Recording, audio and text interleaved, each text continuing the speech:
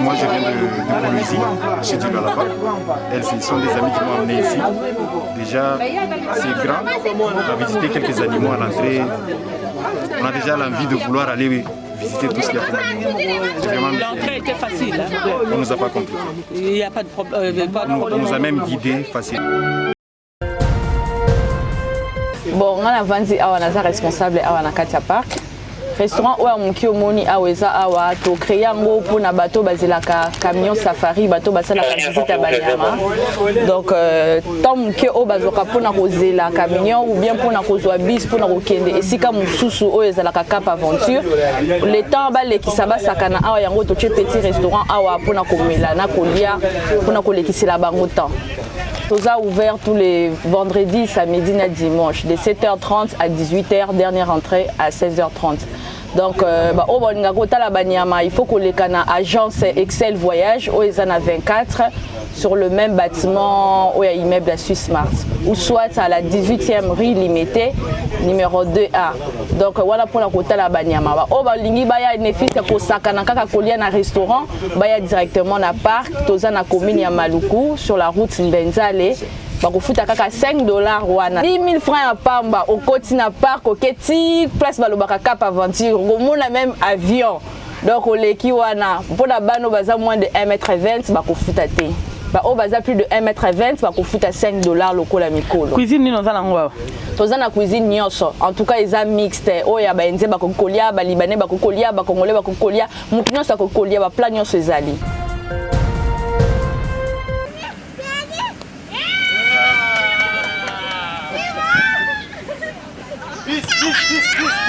Voilà. Félicitations, tu as gagné, bis. Le parc de la vallée de Lancelet opère dans le domaine du secteur touristique en offrant aux clients un des systèmes touristiques le plus performant et sécurisé.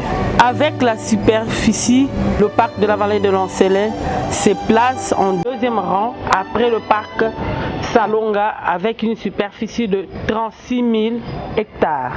Loin des campagnes de racontars d'intoxication et de l'information diabolique, le parc de la vallée de Lancelet se considère comme le parc symbiose ou le parc de fission de toutes les espèces d'animaux et regorge les autres parcs de la République démocratique du Congo. Les rhinocéros blancs, les lions, les éléphants, les zèbres, le buffle, le singe, les crocodiles, les antilopes, sans oublier le serpent et les oiseaux.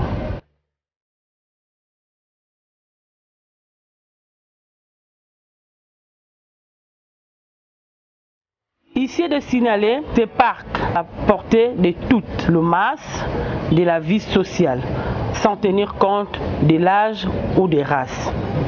Étant un parc ouvert à tout le monde, l'accès est gratuit pour les enfants ayant la taille inférieure à 1 mètre.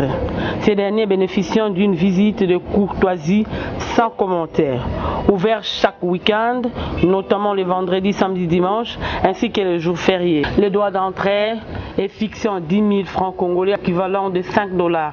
Et celui de la visite proprement dite s'élève à $25 par personne pour l'usager. Ah, au fait, nous avons entrée. Donc, avant, il y a ceux qui m'ont awa. Ils ont le droit une fois foot à entrer. Ils ont 10 000 francs ou soit $5 en dollars. Donc, ce qui est awa, Nayambio, tous on a des bracelets, même surtout là, ça va se remarquer dans beaucoup de clients. Ils ont des bracelets oyo. On a bana o bazana moins ya 1m20. Ala ta ba bracelet wa premier enfant. To mesure ka bango na nini wana moni libanda. Donc soit les qui na se wana en foot en traité. En outre, tu commences hein? Non, je dois rester là. Qui commence? Allez. Le moniteur. En personne. Ça doit être la dernière. On commence par Christina. Non.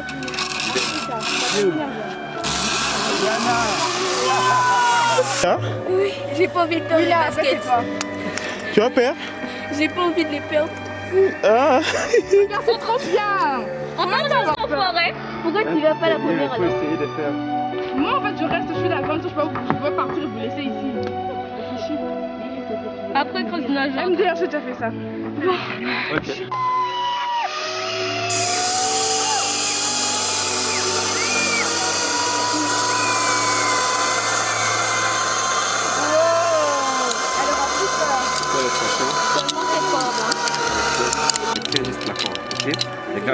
pas ça, ne tiens pas ça, tiens seulement la tente. Oui. D'accord, seulement.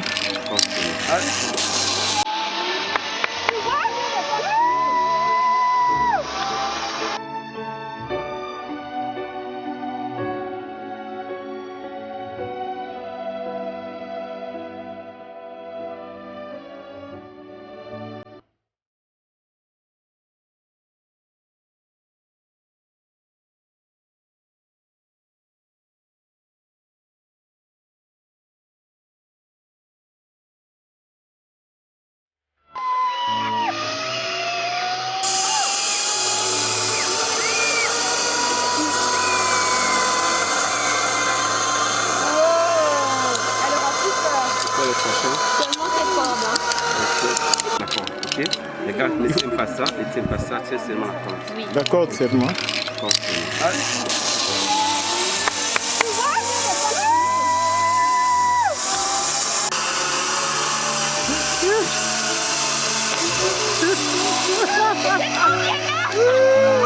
Ça va? Tu as eu peur? Non, ça va. Ça va? Bien. C'est trop bien. Regarde le trajet, puis je me suis rappelé que je l'avais déjà fait.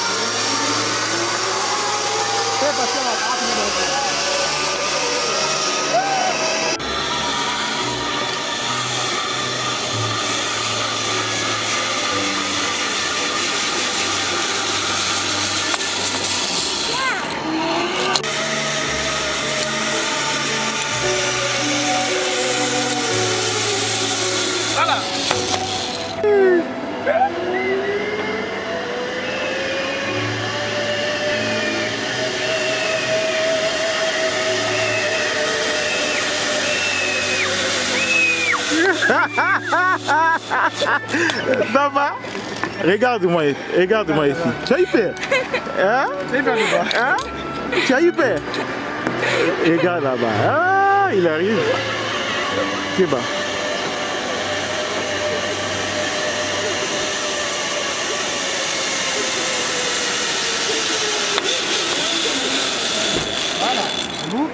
C'est trop bien.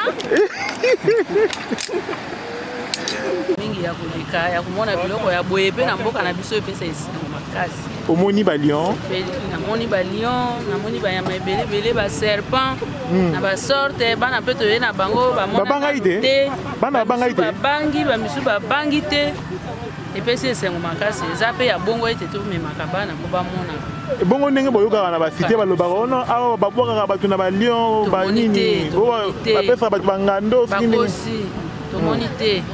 Eza bongo te eza pona loisir. Yebisa na bato bazolanda biso lando partout dans le monde entier. Ya mabe eza te. Eza ka malamu kosepelisa bana banyama ya mboka na biso baleka bana biso bayebi te il faut bana bayeba yango. Komemaka bana bamona bayeba yango eza mabe te. Point de vue, j'ai trouvé ça vraiment magnifique. Des trucs bien incroyables. J'ai jamais vu. Si on vient ici, on vient découvrir notre église. Vous pouvez nous dire quelle sorte de lions, quelle sorte des animaux que vous avez découvert ici? Des arbres, des antilopes, plusieurs. On est au site qu'on appelle Pantera. C'est là où on retrouve nos lions. On a des lions jaunes et des lions blancs et des lions fauves ou jaunes. Et présentement, là on a dû séparer les mâles des femelles, comme on a eu dernièrement des naissances. C'était pour prévenir des infanticides. Donc dans la nature, les mâles tuent les petits pour que les femelles reviennent en chaleur afin de les monter une fois de plus. Et pour prévenir cela, on a dû retirer les mâles du groupe où on a nos 4 lionnes fauves. Avant cela, on avait eu d'autres naissances où on était obligé de récupérer, c'était les petits qu'on a dû récupérer en premier. On a dû récupérer les petits et on les a élevés tout seuls. Ce sont les petits que vous voyez sur les réseaux sociaux. C'est un peu ça. Docteur, le lion va lire combien de fois par semaine ou par mois? Bon, le lion na biso awa tozali koliesa bango mbala mibale na semaine moko. Baliaka nini? Baliaka musuni ya ngombe, baliaka mikuwa, baliaka mitu.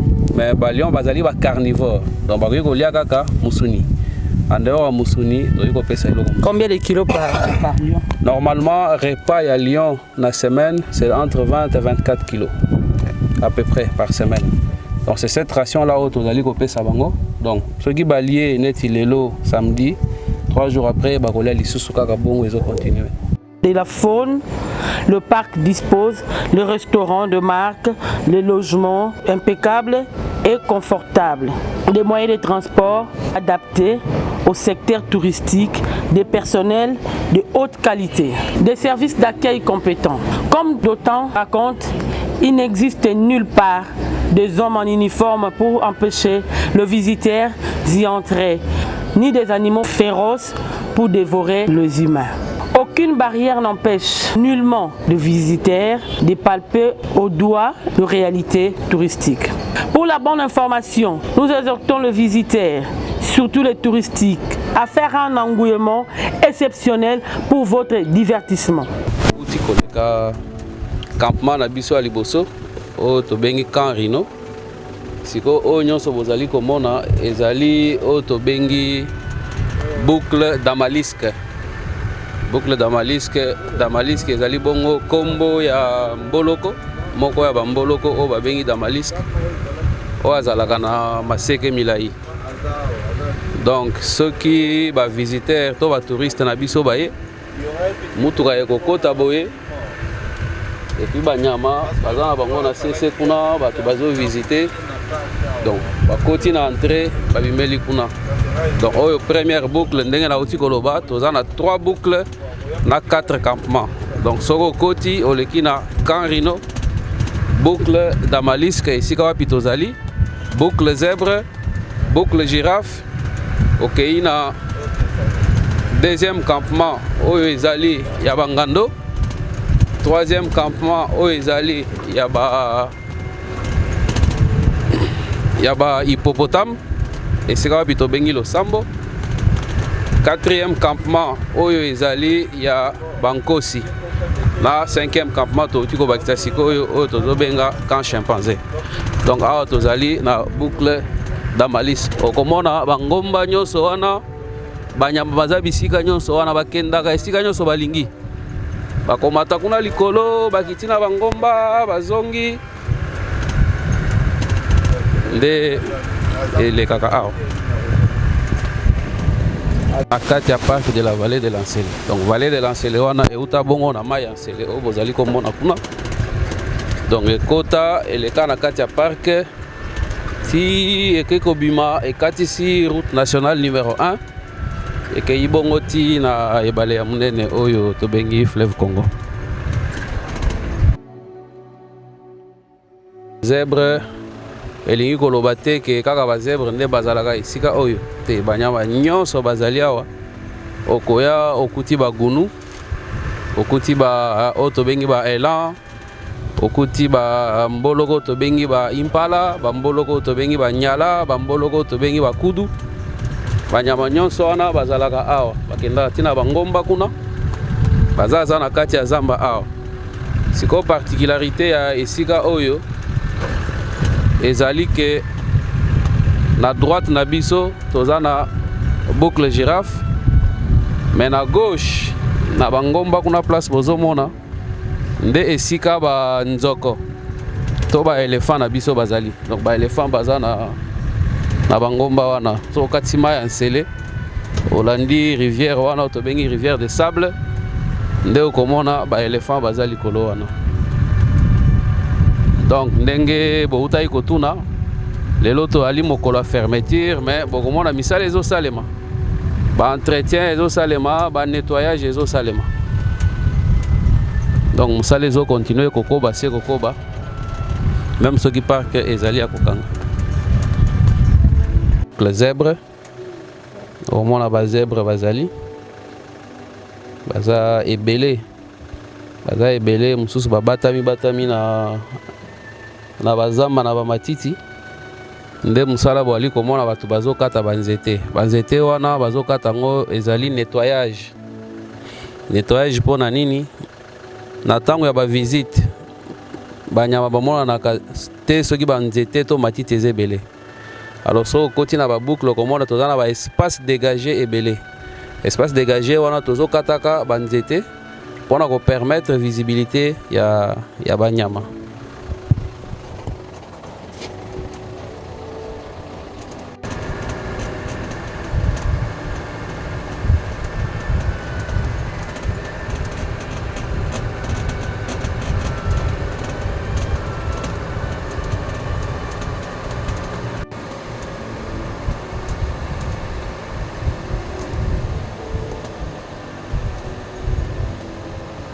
Awa toza kuna esika towutaki liboso oyo tobengi boucle Damalisque.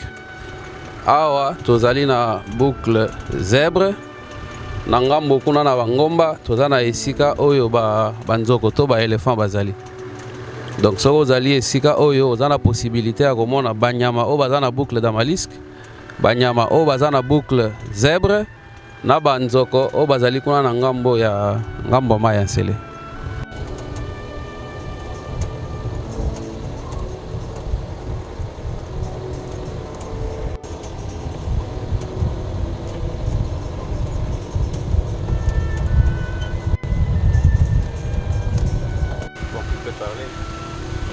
Oyo tobengi yango lac mai ndo ozomona ke batravaux mingi mpe ezosalema na kati ya park.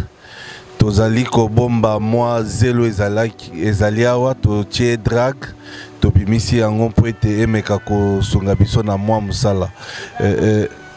C'est un lac artificiel. Toza na basource ya mai eza ebele yango nde tozo retenir bamai wana mpona kosala lac neti oyo objectif na yango wana me mingi ezali kosunga biso mpona zelo oyo ezali kosala mwa misala awa. Donc nde mosala na yango mingi. Nzete wana omona basinga ezali quarantaine elingi koloba nini soki tozwi lo ya banyama ya sika oyo bauti libanda ya mboka basinga wana epermettre to fixe babashe te oyo ezali uniquement mpona mosala wana tokangaka babashe awa nyonso awa ekouvrir espace mobimba wana.